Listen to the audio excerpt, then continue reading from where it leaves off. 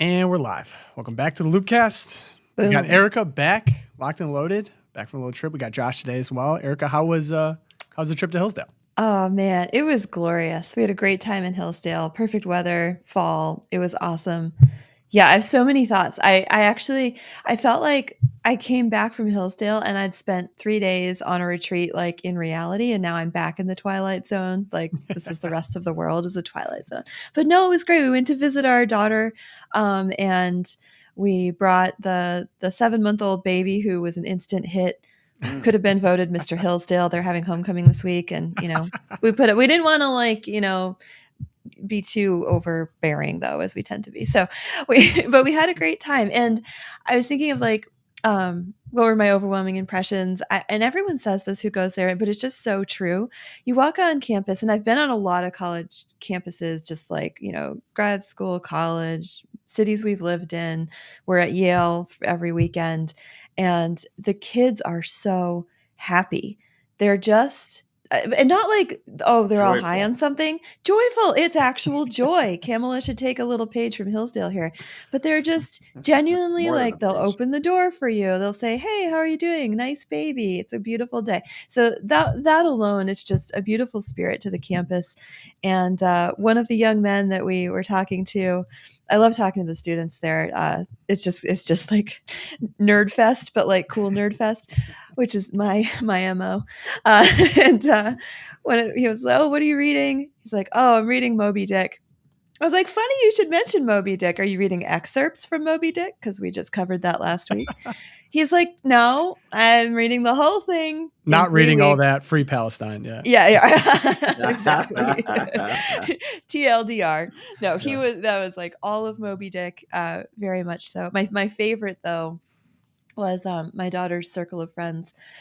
There's one young man who, for leisure time, what do Hillsdale students do in their leisure time? Well, this young man who sort of fancies himself a bushwhacker, I believe, he told us the tale of they had fresh frog legs the other night while they were watching. I believe they were watching the VP debate, and they were eating fresh frog legs.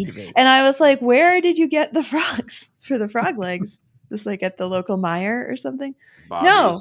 In the campus pond in the yard. So this kid went allegedly, there. He got 2 huge plastic bags of frogs. We're not going to get anyone in trouble. Allegedly. Oh no! Allegedly, yes. Yeah. This was the supposedly the urban legend, the Hillsdale urban legend. So they read Moby Dick. They hunt for frogs. They're self-sufficient classicists. It's a glorious place. But really really cool to be there. It's in rural Michigan, and being in the little town for Mass on Sunday, walking around. St. Anthony's, beautiful parish, just bursting at the seams. Music was great, very reverent Novus Ordo Mass. But you just felt like you're in forgotten America a little bit, right? Because you've got some it's a rundown rural town in some ways that the college really is helping to keep alive and bring life back to it. And what's the town around Hillsdale really cool. Again? It's literally Hillsdale. Oh, it's called Hillsdale. Okay. Easy to remember. And it is Trump country. It is every yard was like Republican signs everywhere, Trump country. And then as we're driving back to Detroit, we got in at 2:30 a.m. this morning. So apologies ahead of time if I misname or misgender anyone on this pod here. And we're driving back, and as soon as we hit, is it Saline, Mercer? Is that what you call that town? Saline. They pronounce it Saline. Saline. Real as soon as Michigander you hit Saline, it switches, and it was all Harris Walls the rest of the way into Detroit. I was like, send me back to Hillsdale. One of the first presidents at Hillsdale College, Ransom Dunn, was one of the founders of the Republican Party. So, oh wow! I mean, this there goes you go. way back, yeah. And actually, I mean, I know all the Hillsdale stuff. I mean, they had more volunteers for the Union Army than even the University of Michigan had. I mean, they just Hillsdale was involved, so the Hillsdale lore. And listen, we just got reached out from someone from CUA, Catholic University of America. Great school. My alma mater. This was basically a free advertisement for Hillsdale. So if we got Hillsdale people listening, it's time to send us merch. We will wear it. We're shameless. We love Hillsdale. You got an alumnus right here. Got an alumni. I mean, come on, guys. We shamelessly. What are we doing? Accept all merchandise from great schools. So, but yeah, warm welcome to everyone in the chat. We got a lot of people piling in today. It seems like Peachy was a hit yesterday, although every time I bring on a guest, someone will email me and be like, that person was great, but not Erika. Not Erika. We need Oh, Erika back. guys. She's the best. I'm like, I know, guys. I'm on the same page. Did they ever say that when I'm gone? Probably not. No, we have a No, they devoted do. person who emails in every time. Where's Josh? Why Where's is Josh the not Mercer here? rant? I'm here for Josh. Yeah, where's the rant? No, trust me, it happens every It's time. just you that people don't miss then. Yeah, right. When I take off, it's off to the hills.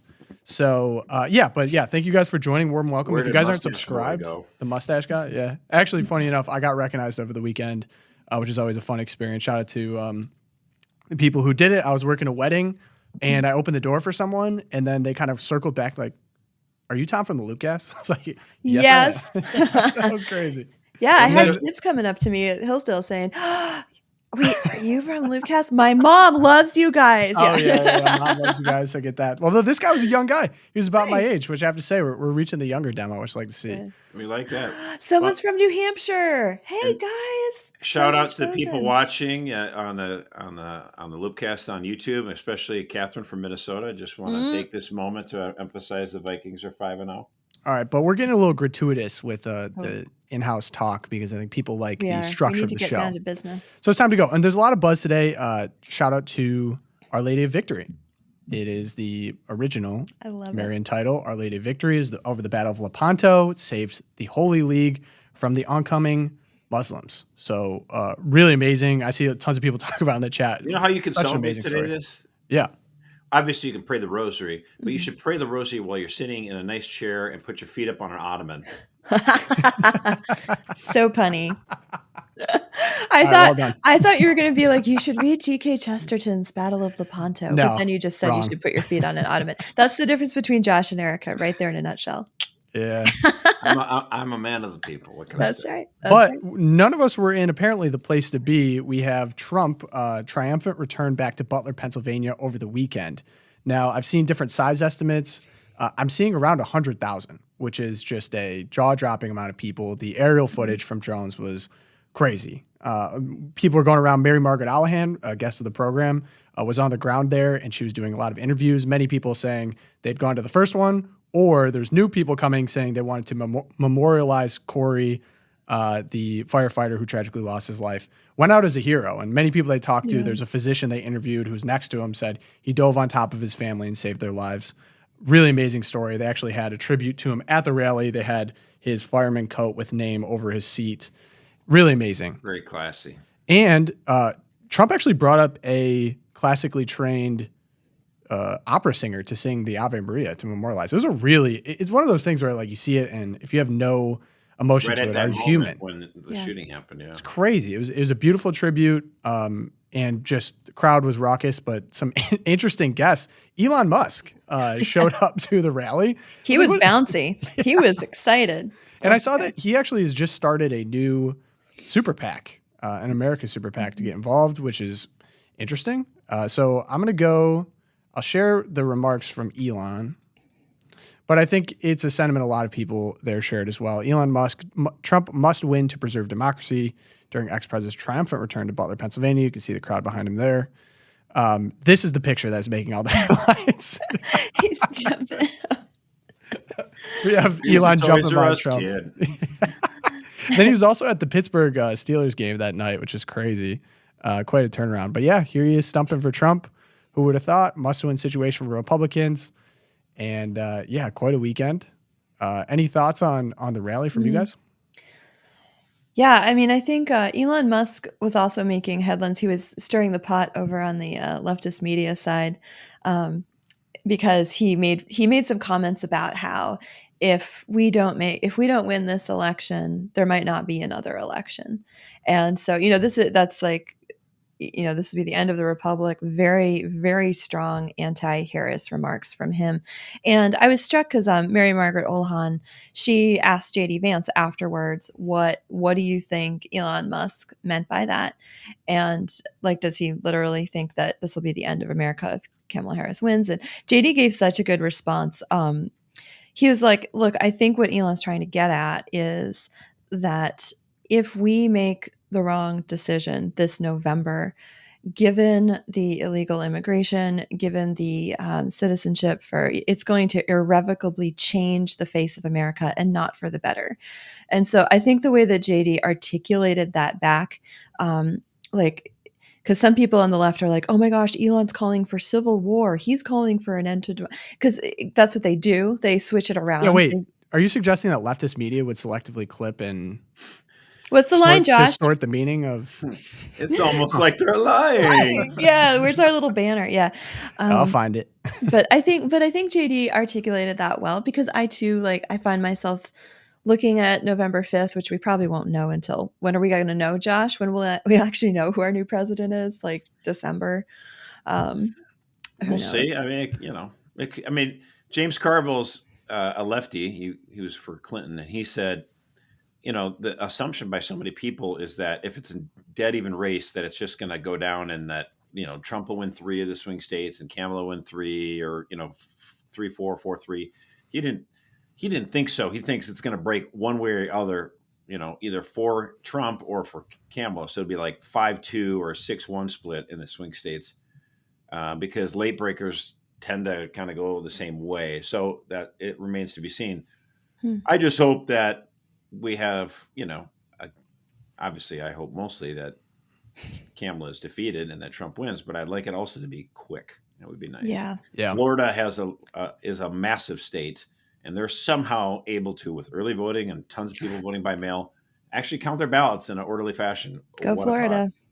Yeah. Hey, prayers for Florida too. Yeah. They're getting hit again today. Milton's right? looking bad. It's like dead on for Tampa, right? And it's just, we got to pray, obviously. So, but it's crazy that I don't feel as bad, I guess, about Florida, because I know this is kind of what DeSantis does. Like, he just eats natural disasters for breakfast. He throws on the vest and the boots, and he gets out there and makes it happen. So, and then he sends all his guys to other states that need help. I know, yeah. It's like, imagine having competency at the top, and we're going to get into honestly, he should be president of the United States, and it's almost like the American people aren't even good enough to be able to elect somebody like DeSantis just yet. Yeah, like, that's kind of what I get at. Like, people are like, he's so much better than Trump. I'm like, look, maybe America's just isn't ready for this, Yeah. Who was it that said, like, democracy is when the people get what they deserve, or something like that? Anyway, sorry. No, that's it. No, I'm trying to think. That's the 2:30 a.m. arrival. You get the leaders you deserve. Yeah, heard that one before. But the main moment from the rally, and he projected this on the Dave Ramsey show, was Trump returning, and first thing he said. Thank you very much, really, and thank you. A very big thank you to Pennsylvania. We love Pennsylvania. And as I was saying... Yes. They showed the chart. They showed the chart.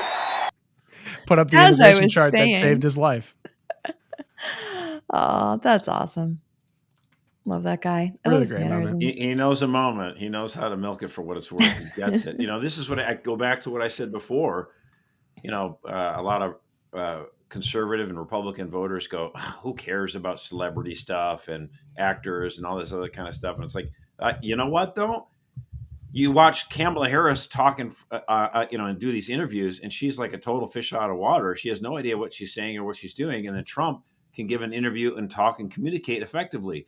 And he'd get up in front of a crowd and talk to people, whereas Kamala, her teleprompter went I saw that. That was crazy. Her it cut out for about 40 seconds. And she's like, there's 32 days. How about that? 32.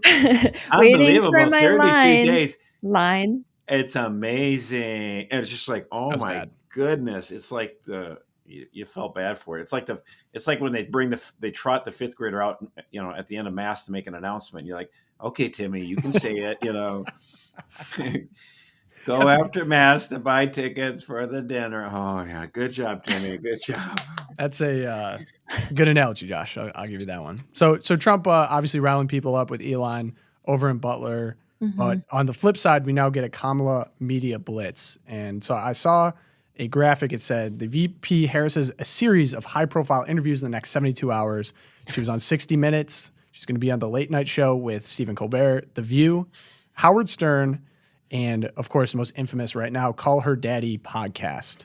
Now, How do I put this up? Now, the first thing that comes to mind before I want to get into individual clips because they're entertaining, but this suggests to me a distinct change in strategy that either they're trying to distract from the hurricane in which she's been horrible on, or they're seeing poll numbers and people don't know her still. And they thought that they could continue with the kind of Hollywood campaign of rallies, not have her do any real unscripted interviews. And this suggests to me we're wrong. And it's almost like pulling the emergency lever. We need to get her out there.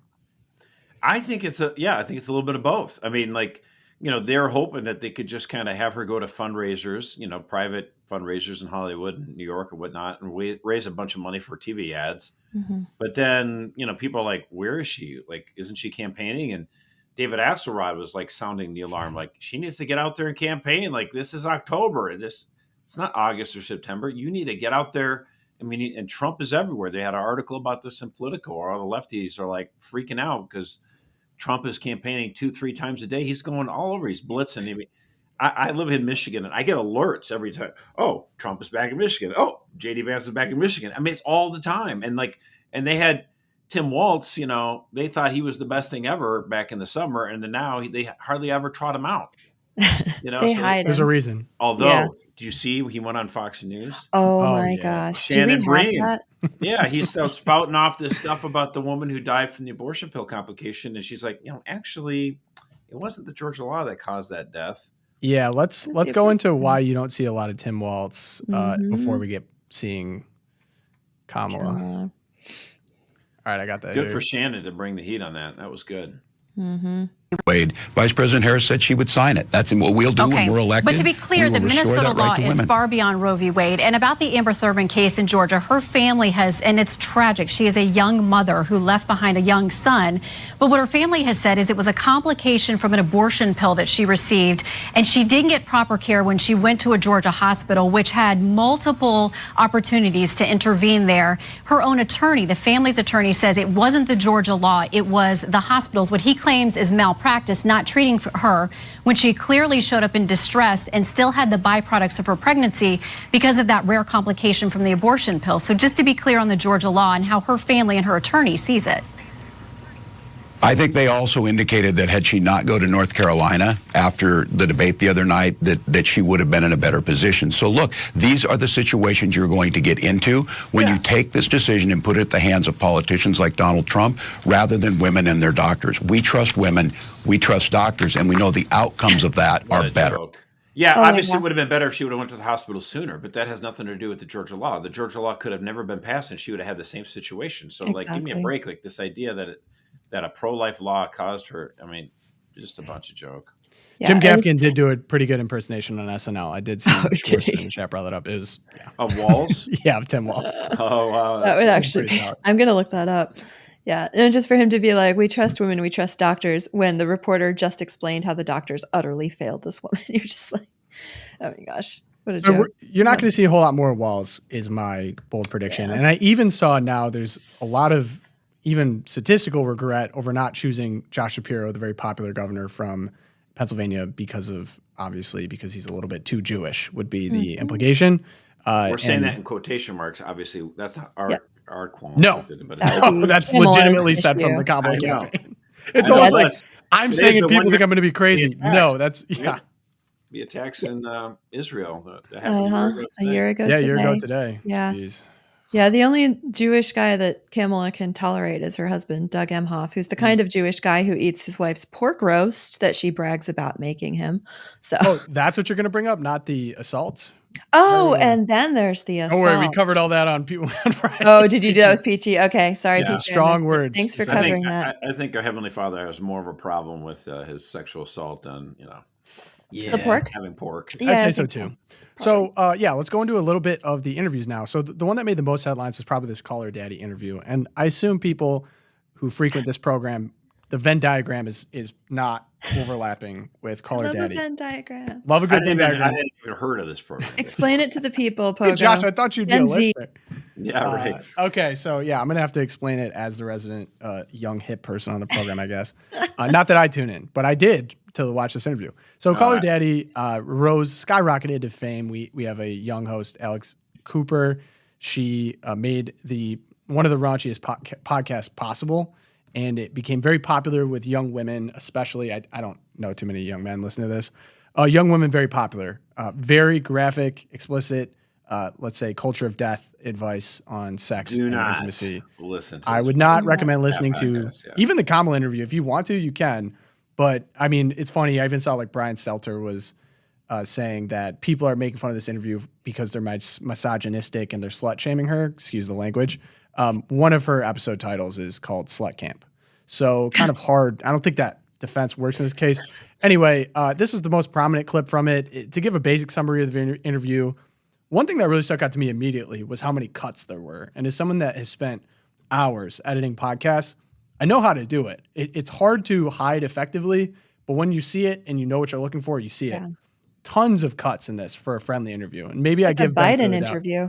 Yeah, it really did feel similar. Almost unnecessary cuts. And so I assume that maybe there was some pauses or lags or whatever. Anyway, she said she's not a political, this isn't a political show. Obviously, it's basically a sex show. But she said she felt it important because young women are going to be affected by this election. She extended an invite to Trump, which honestly would not put it past Trump to go on this show, which would be hilarious. And I just think the best part of him going on this show would be the fact that it would do even more numbers than the Kamala interview on a sex podcast for women. And then number two, this is a sex show, and she didn't ask a single question about sex to someone who rose to political prominence through Willie Brown. Allegedly. Okay, allegedly. No sex questions, which is insane to me. It was all about abortion, right? The sacrament of the left. Yeah. So here's a clip that we get that was supposed to kind of be the big gotcha, and it's kind of going viral online. So I'm going to play that one now. I want to pose this question more to you and the Daddy Gang, but one of the biggest conversations in this year's election revolves around a woman's body. Yep. I want to take a moment, and can we try to think of any law that gives the government the power to make a decision. I know what you're going to ask. About a man's body. No. Is there any law? Excuse me?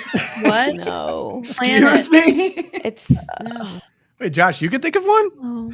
Yeah, I don't know. Maybe the draft? I mean, are you out of your mind? I mean, like, you can't kill your baby, but the government says, oh, sorry, we're fighting a war. And I'm Pogo, they'd probably take you before this 47-year-old bald guy. But hello. I'm draft age, yeah. Yeah, I get it. I mean, like, that just strikes me as bizarre. I mean, thankfully we have a volunteer army, but like, I don't know what we had the war on terror that started when I was 24 years old, and we were in Afghanistan for 20 years. So thankfully we didn't get to a draft, but. You can also think of the vaccine mandate. That was men and women, but you've also got that kind of telling us what to do with our bodies. You will screw yourself up. They wanted to hijack the Department of Labor regulation, basically making it so that every employer had a mandate that their employees get the vaccine.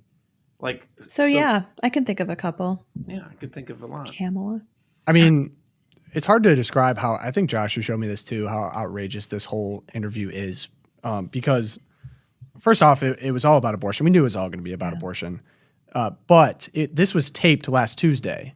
Last Tuesday was before Kamala Harris took the time to go to any of the hurricane impacted sites. This was before she announced her $750 through an app to give to people in an internet ravaged. There's no internet in these places. How are they going to get this? This is before the FEMA controversy. This is when she should have been leading the country. And I'm really trying to think about the strategy behind this, because her play here is to get off traditional media and speak directly to young women, who I'd imagine already is kind of a reliable voting block for her. Maybe there's some people that are a little bit indifferent. I'm not sure.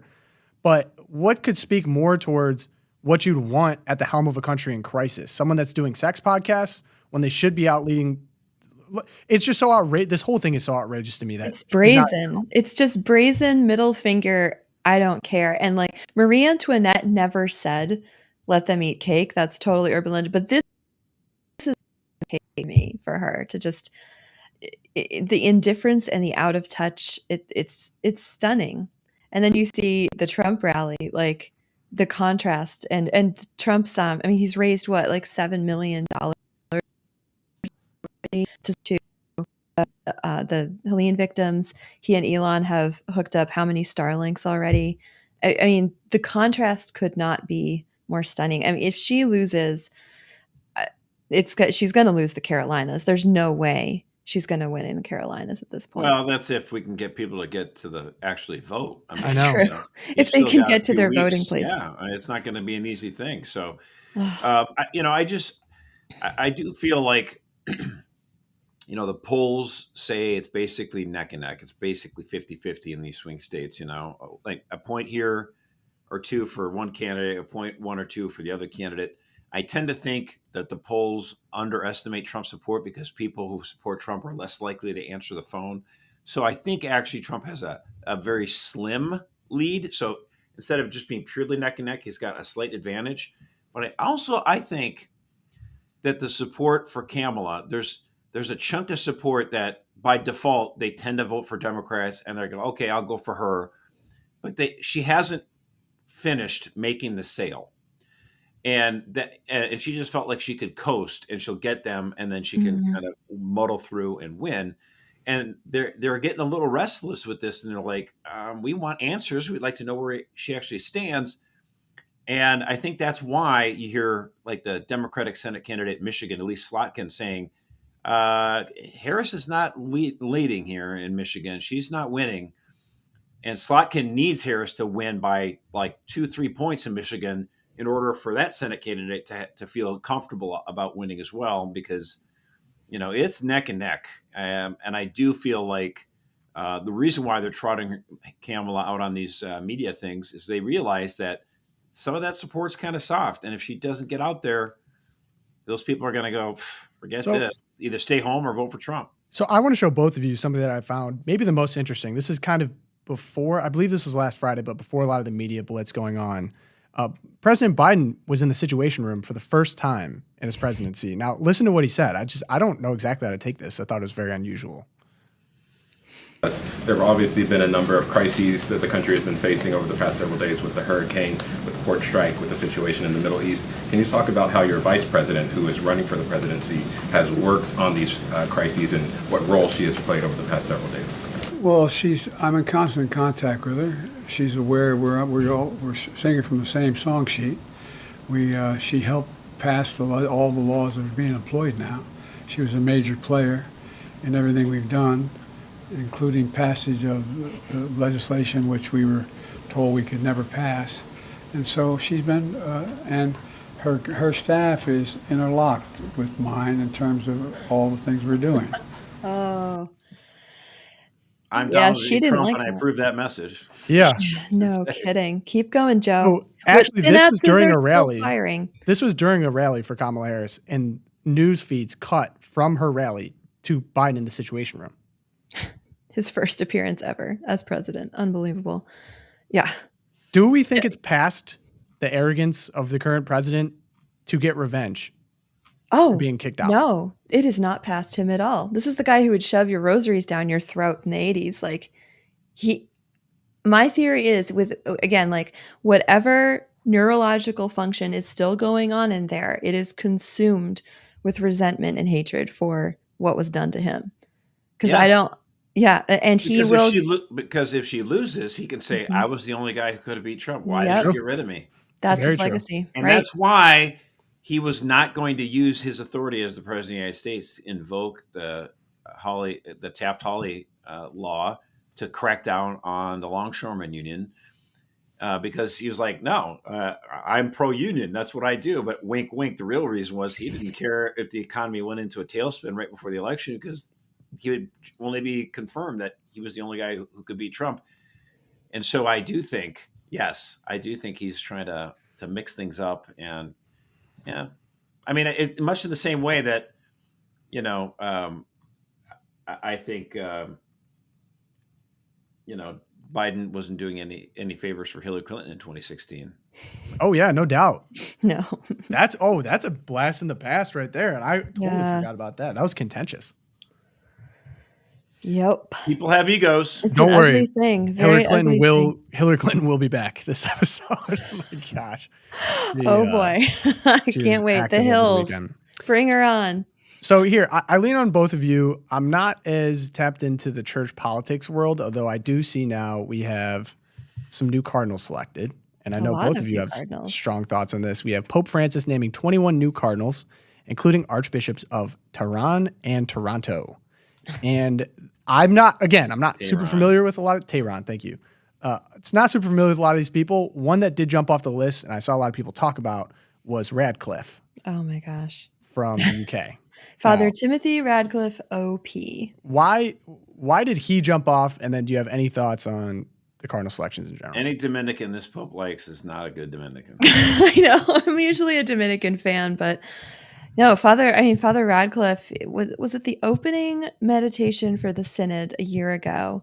And he talked about the open arms and the welcoming of the LGBTQ plus A, and he's very in the line of Cardinal Fernandez, right? Who drafts a lot of the Pope's encyclicals, apparently, head of the synod, and to give him this honor, as it were, to make him a voting member of the conclave to come. It's hard to interpret it as anything but just a full-on endorsement of the Cardinal Fernandez ilk. Every time there's a consistory, and Pope Francis has had several, yet again, the largest archdiocese in the United States of America, which is Los Angeles. Yeah, passed over again. So just understand this. Leftist, someone wrote in on the podcast, and I got to do better about trying to be with my language, but they took actually a umbrage over the fact I said screw you to the Bishop of San Diego. Well, I don't regret that. Doubling down. He's a reprehensible human being. And that he got the red hat from Pope Francis as a smackdown of Archbishop Cordileone of San Francisco, because he stood up against Nancy Pelosi for her rabid support for killing babies. And so finally a bishop actually tried to correct her on that, and the Pope sided not with him, but with apparently the politician, because the Bishop of San Diego, was outraged at what Cordileone said and called him to task. And so Pope Francis is like, red hat for you.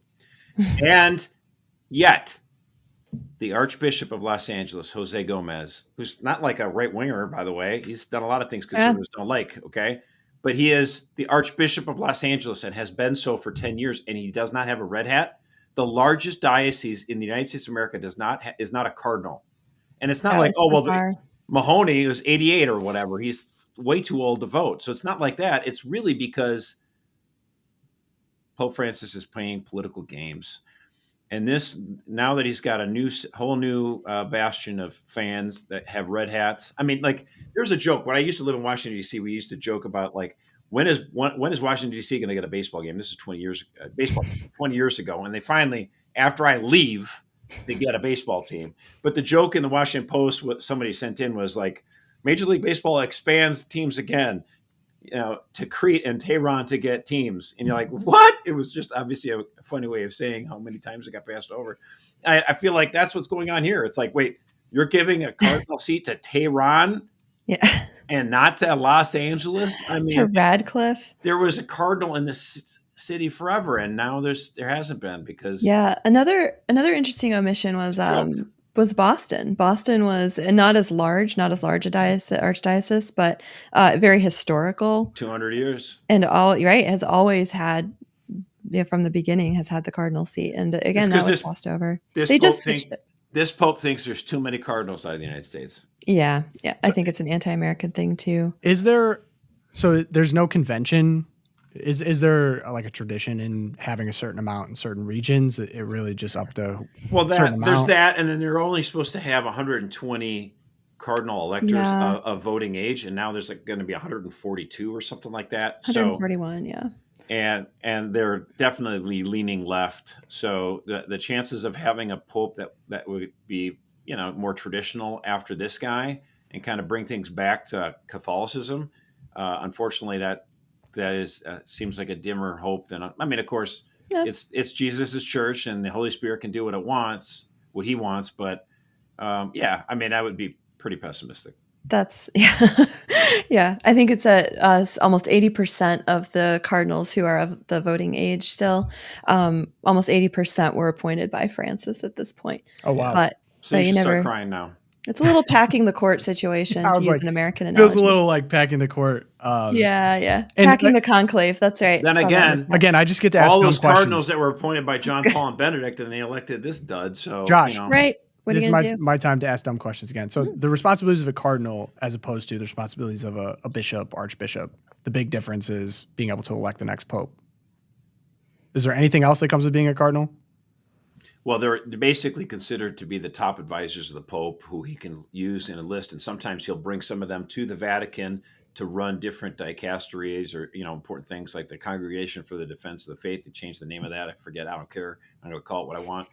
And all these things. So, Pope Francis has brought some of these people to the Vatican, usually reprehensible people that cover up abuse and stuff like that. But anyway.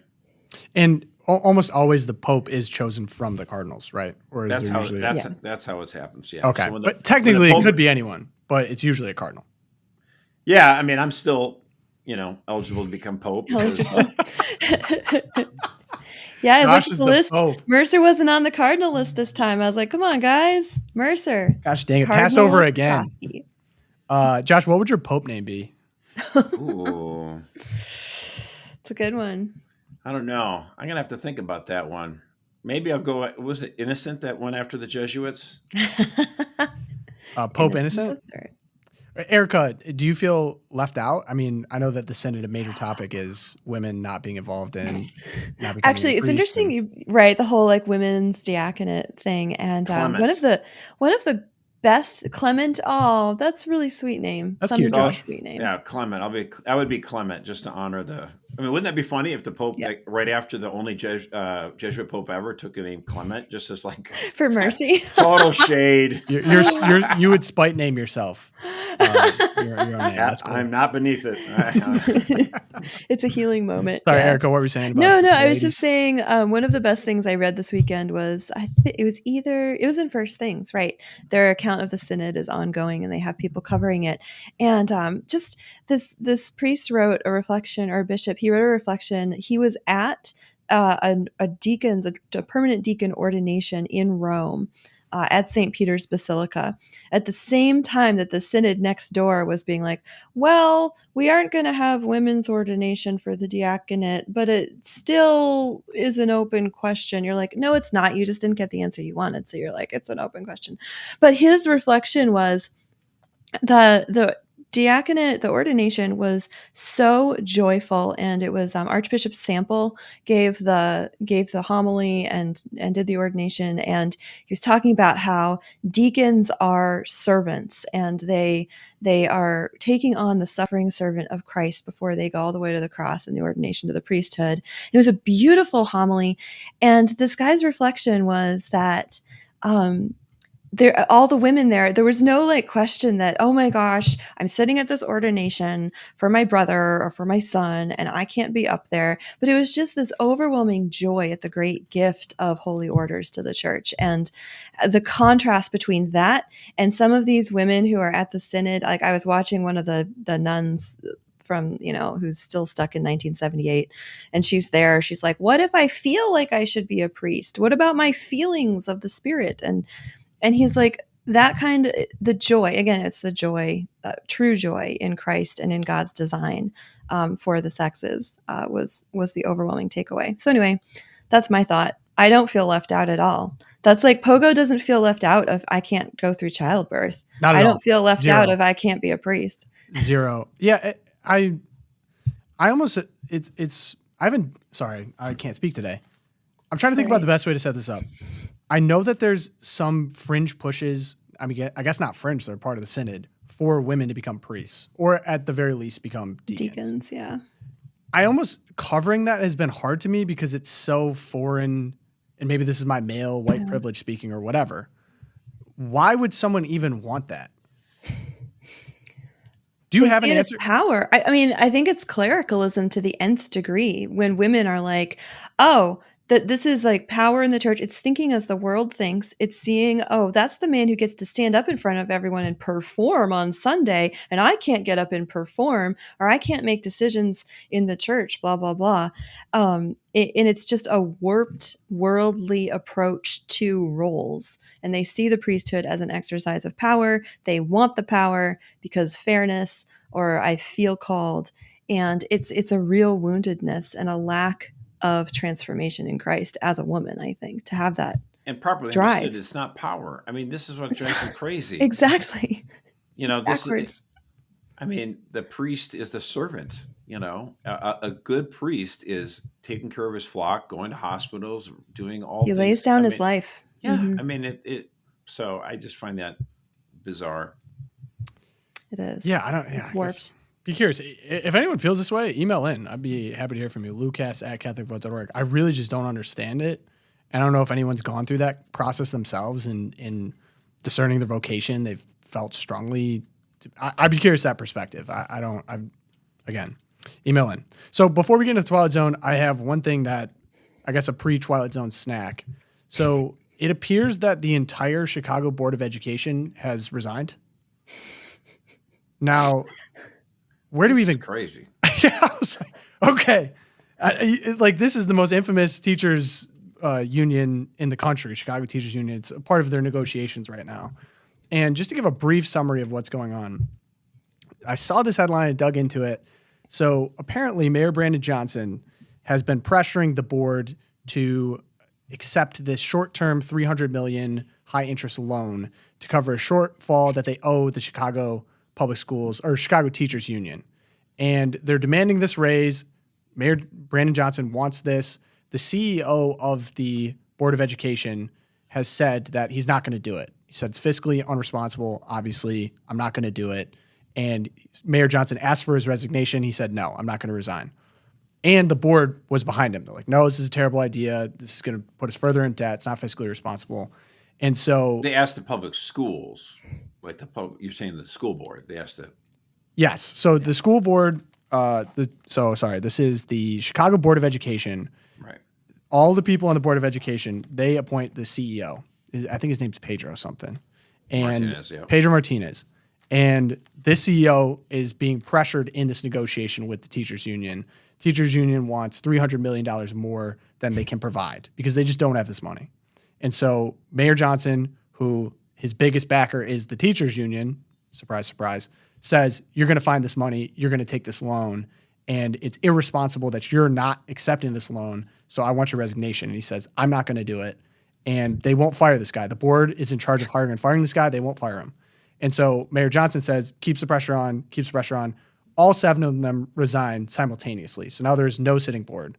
Problem with this is that Mayor Johnson can now appoint 7 people. He's already put forward 7 candidates.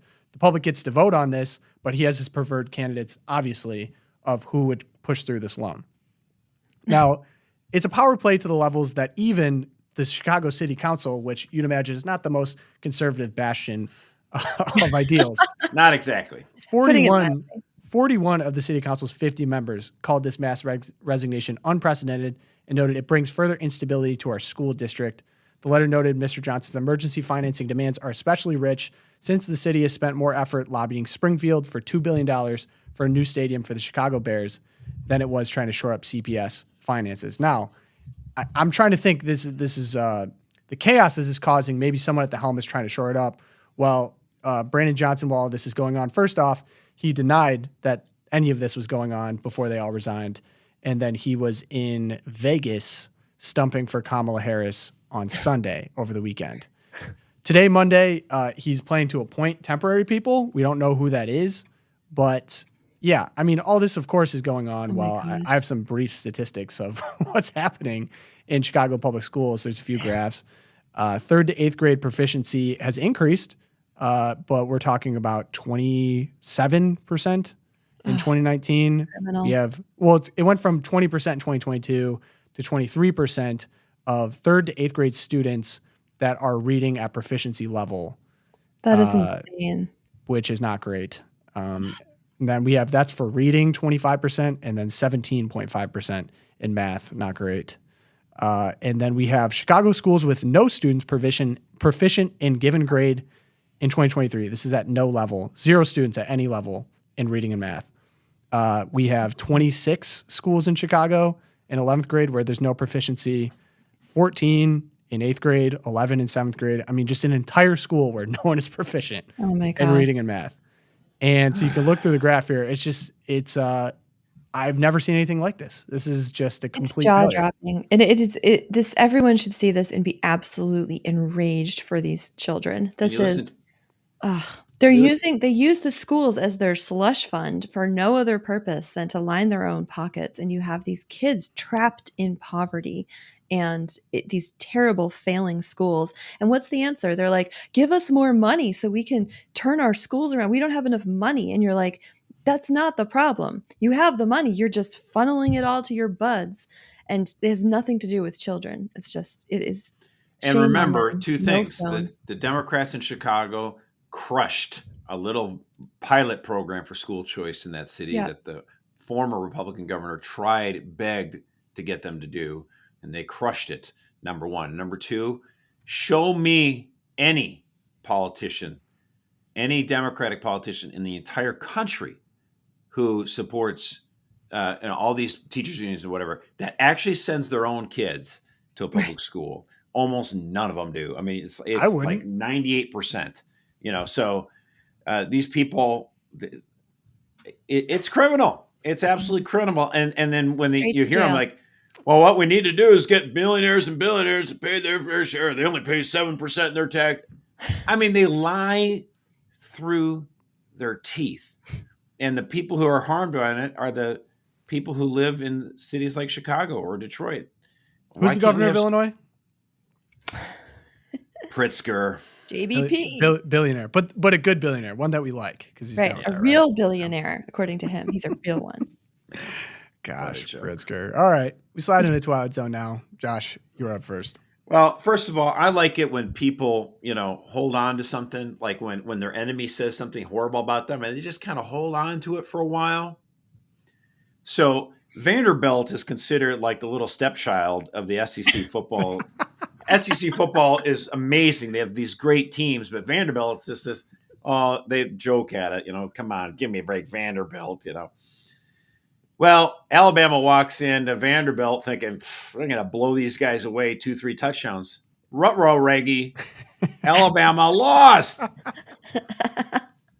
I don't even care about Vanderbilt. Right? I mean, whatever. What do I care? But what does Vanderbilt do? After the game, not only did the kids take down the goalpost, which they didn't even know how to do. It took them forever to get the goalpost down because we don't do this in Nashville. We're not used to this. They storm the field, they go bananas. But then the announcers over the whole stadium, they take a quote that was said years ago by former Alabama head coach Nick Saban. The only place that's not hard to play in the SEC is Vanderbilt. That is there he is, Saban. They took the goalpost and they took it down Broadway in Nashville. And I saw someone was like, could you imagine being at a bachelorette party listening to Josh just dropped out. Josh left. Bye. Listening to Friends in Low Places and then looking out the window and you have students running down with a goalpost. With a goalpost, and then they tossed it in the Cumberland, right? They did, yeah. First off, huge shout out to my boy. Mama. Huge shout out to my boy Billy Derrick. I went to college with this guy and he loved Vanderbilt. And he was like, he had a podcast, I think, for Vanderbilt football. Now, talk about dedication. Being a fan of Vanderbilt is a chore, essentially. And he went to a different college and still poured his life into this. I'm pretty sure he has an official media job now, which is awesome. But all the clips that I've seen on Twitter have been from him. So fat shout out to Billy Derrick, another Ave alum. But I do have a second Twilight Zone. I just wanted to point out that Joel Gabriel Simonson, I think he writes over at the Washington Free Beacon. I did see this. And he took a snap. He was out shopping, and who's at this high-end men's fashion store? But who's that? Homeland Security Secretary Alejandro Mayorkas. Not only is he not securing our border, but like with all this stuff going on with FEMA and people still without power and without running water and all this stuff, let's just say this guy's not exactly working around the clock if he's at a high-end men's fashion store. So that's your government at work. Now, Josh, we got to talk about this. It's hard to describe how outrageous the response to this hurricane is. Yeah. He's shopping at high-end stores. He should be on the ground. Second time in the month he saw him there. So if Trump was in charge right now, I'm pretty sure minor small town mayors of North Carolina would be public celebrities right now. Yes. Imagine. She just said that. Anderson Cooper would be on the ground. Rachel Maddow would be on the ground.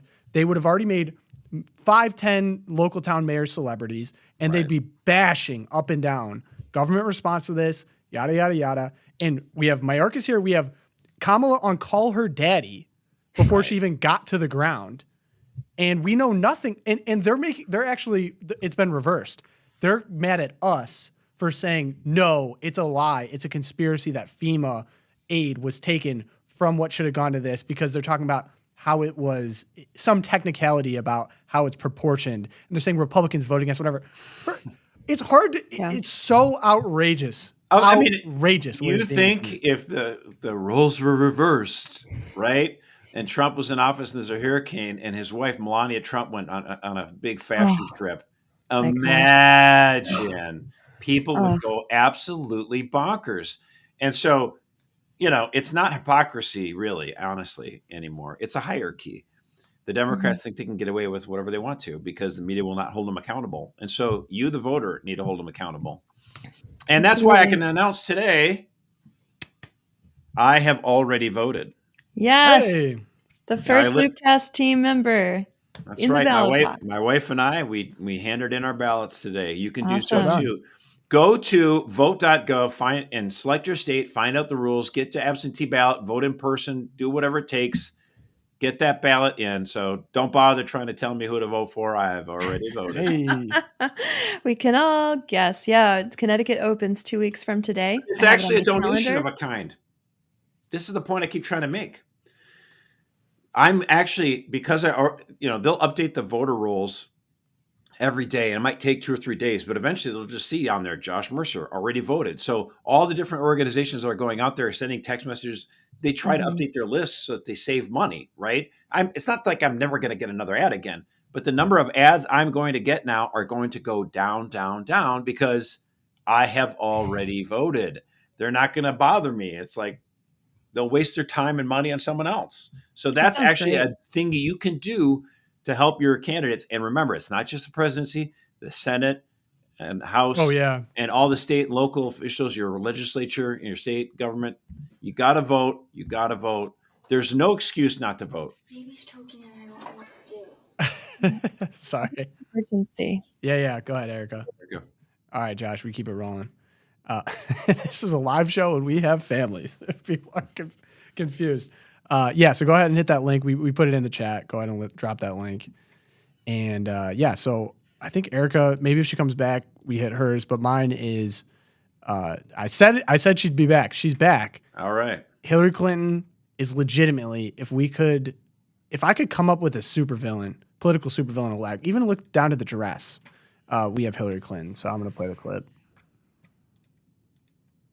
We should be, in my view, repealing something called Section 230, which gave, platforms on the internet immunity because they were thought to be just pass-throughs, that they shouldn't be judged for the content that is posted. But we now know that that was an overly simple view, that if the platforms, whether it's Facebook or Twitter X or Instagram or TikTok, whatever they are, if they don't moderate and monitor the content, we lose total control. And it's not just the social and psychological effects, it's real harm. We lose total control. The Hills. She came through for me. What is she wearing? This is like Kim Jong-un. This is a Kim Jong-un fit. It's like the Klaus, Klaus Schwab. Yeah. These people are total supervillains. Oh and I was thinking about this too. So much of the information we actually know about what's on the ground in North Carolina is because of Twitter or X now.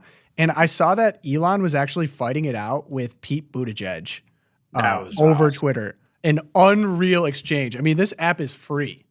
And we have, he's like, hey, man, I'm trying to get Starlink up. I have one of my techs there, and he's being stopped by the Department of Transportation.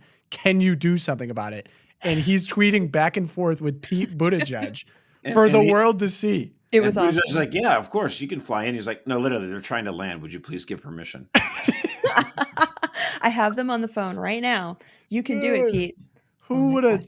Yes, Hunger Games villain. I was thinking that right there. And then I did have, so kind of on that front, I was one of the best tweets summarizing the events of recent days. It is this scenario. You wake up in a hospital, a nurse is standing over you. How long have I been asleep?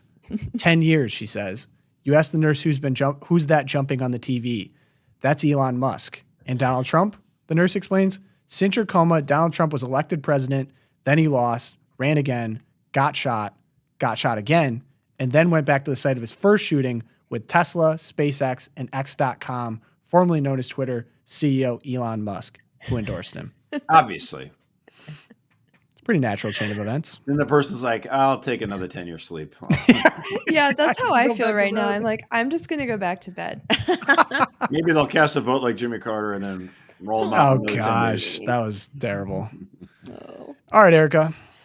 Well, here I am. I want everyone to know that everything's okay. I just saved a child's life. Did a little Heimlich, little mouth swipe. Did you actually? Yes, I did. Wow. If the legend of Erika couldn't grow any more, saving a child in a live show is unreal. I'm just grateful to Jesus that that's pretty stellar. That is amazing. Otherwise, we'd not have been back. And now, after that experience, my Twilight Zone seems completely insignificant and kind of dumb, actually. But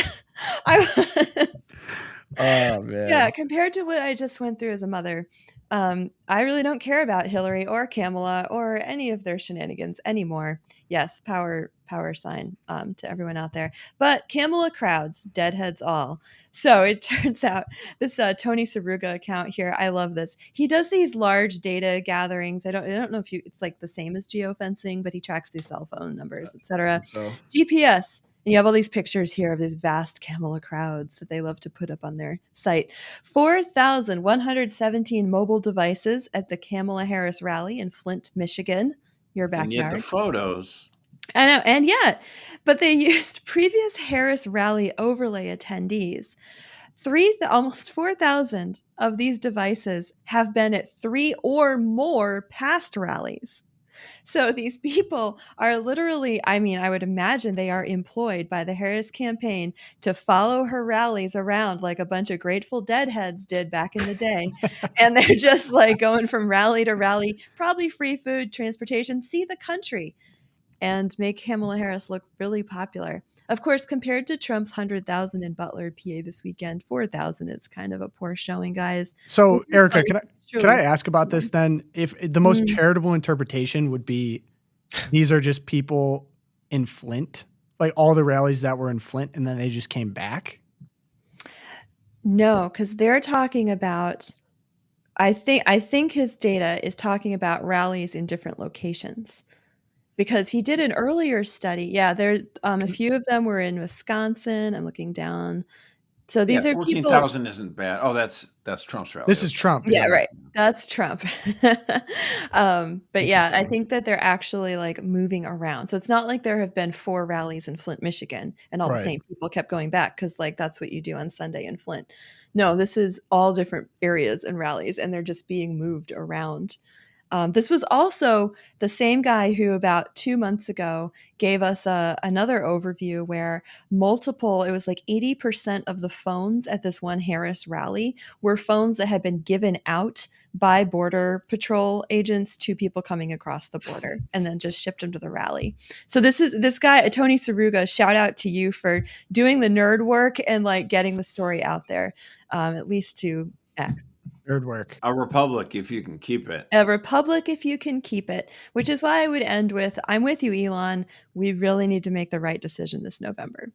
Yeah, which I guess, doesn't this all make the jabs that Kamala had for Trump at the debate even funnier about crowd sizes and people leaving early? Yeah.